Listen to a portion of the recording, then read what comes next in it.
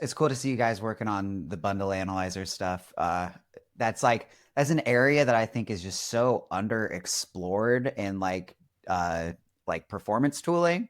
Like there's like two Webpack ones that have been around for like a decade at this point and not changed at all. And nothing has gotten past the DX of those. So I'm excited to see if that area can develop more for sure.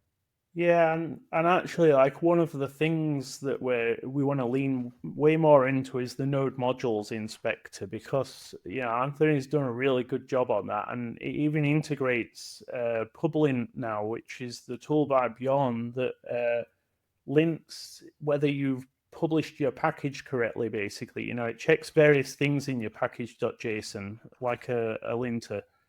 Um, but all of this is like being available in one UI, so you can view the graph, you can view errors with your publish, you can browse through like potential warnings and things. So if we add more features to that, a lot of this should be solved just through using that UI. So if we can have like bundle analysis in there, that'll be really good as well. But I think that's the direction we're leaning more into. Just because, like you say, there are already a lot of bundle analyzers, but there's a lot more tools now than there were, and smarter things we can do about figuring out duplicates and CommonJS versus ES modules and all this kind of thing, and even suggesting alternative dependencies and stuff like that. So I'm interested to see where that ends up going. But yeah, we've got a lot of tooling to build. Yeah. Yeah, I'm looking through this in node modules.dev. Once again, Anthony knocks it out of the park. This thing is super cool. For anybody who hasn't been on it, it actually uses a web container, installs the npm module directly into the web container in the browser, and then does lots and lots of checks on like licenses and modules and all that. So this definitely looks like a super cool tool. I'd love to see all the other stuff layered on top of it. Yeah, and I think where we are going is that most of it will be available in that UI. So, like there's if you haven't seen it, there's a tool called Are the Types Wrong as well. And that's super useful because it basically links that your type definitions are resolvable by TypeScript, with the export maps and everything else like that. So if you can just run that and Publin and everything else within the Node Modules UI, you get a really good overview already of any potential problems. So yeah, I think it'll be really good to just keep building more checks into that. And like you said, the UI is super nice, as with everything that he builds. Yeah, I just popped in one of my packages, and oh my, the tree, the tree on that one is quite large. Well, I always enjoy just expanding the deepest layer. Go to the bottom of the dependency tree and see what's there, and you'll find something like is odd.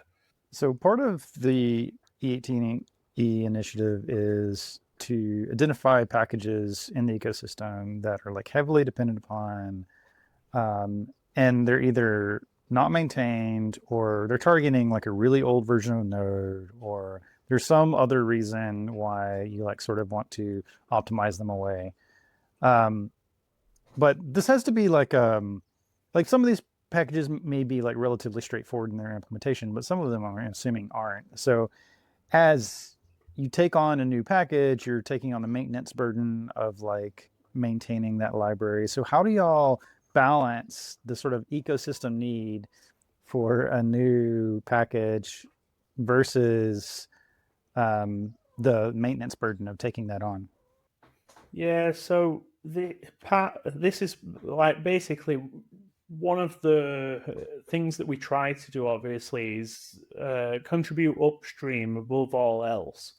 So if we can work with the existing maintainers to improve what already exists, then we'll choose to do that. But it's not always possible because some maintainers are long gone. You just can't contact them.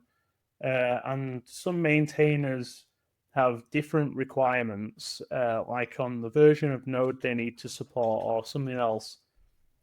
So sometimes there is a valid reason to create a fork or an alternative.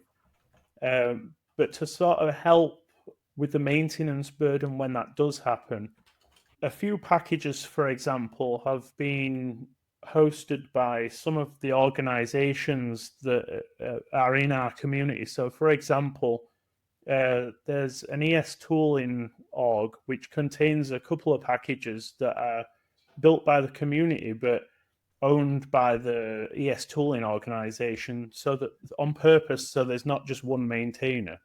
And it's the same with TinyLibs. TinyLibs has maybe like 6 libraries, which are each individually owned by someone who originally created it, but the organization maintains all of them. So we can, share the burden and basically ensure that it's not going to die off anytime soon. So yeah, I think a solution to that is just making sure that there's always an option for new maintainers to move their package to one of these orgs and get the help, basically, so that they're not alone. And we've seen quite a few contributors that want to create a new package but don't want to be the only one maintaining it. So they're really happy to have the option to join an org and have some help. But that's also why we try not to switch to things that are not battle tested, because we've seen this a few times where it's all good someone can create an alternative package, but if it's got no users yet and no one's really tried it in the wild or any of that stuff, we can't really promote that people move to it. So a big chunk of the work that we do in the community is to reach out to larger projects to try these new tools out, and if they do work in some sort of beta version or something, then we can gradually move them over to them. But it's always going to result in a level of trust at some point, in that you just have to trust that the maintainers are not going to disappear, the same that we did with the existing packages. But ideally, most of them have more than one maintainer at least. Can't always be true, but in a lot of cases it is. And quite a lot of the community members work together well enough that most of them are maintained by multiple members in the community. Not many of them are like solo ventures or whatever. So yeah, hopefully it just carries on that way. One tough topic when it comes to publishing packages is supporting different node versions. Part of that big drama back then was supporting all the way down to like some of the oldest node versions. And that's a hard thing to do if you're running a project. It really ups the maintenance burden if you want to be like, oh, this last version supports all the way back to this old unsupported version. So what's your take on supporting node versions like that? And like when we drop an EOL for like node 18, how long do you think we should support node 18? Yeah, it's a tough one because I believe that there probably are people somewhere that do need to support very old node. So like I said earlier, we don't want to get rid of the packages that let them do that. But then most packages, I would expect, can assume that you're using like node 16 at least, or something like that. But yeah, like you mentioned, node 18 falls out of long-term support soon. And yeah, it will be a great day when that happens. But at the same time, obviously, you can't just switch off it immediately. Like there will be a lot of projects that still have to support it for a while, and that's okay. But it does mean that quite a lot of projects have the option to create a new major version or something that does require node 20 and above. Like I don't believe that most of us should. So most of us should not have to support very old nodes, like 0.8 or whatever. but quite a lot of us will have to support Node 18, for example, even when it's not long-term support. So I think that's fine. I think just naturally over time we should keep an eye on it, and when we can, bump the constraint, because quite a lot of these projects as well didn't purposely support old Node.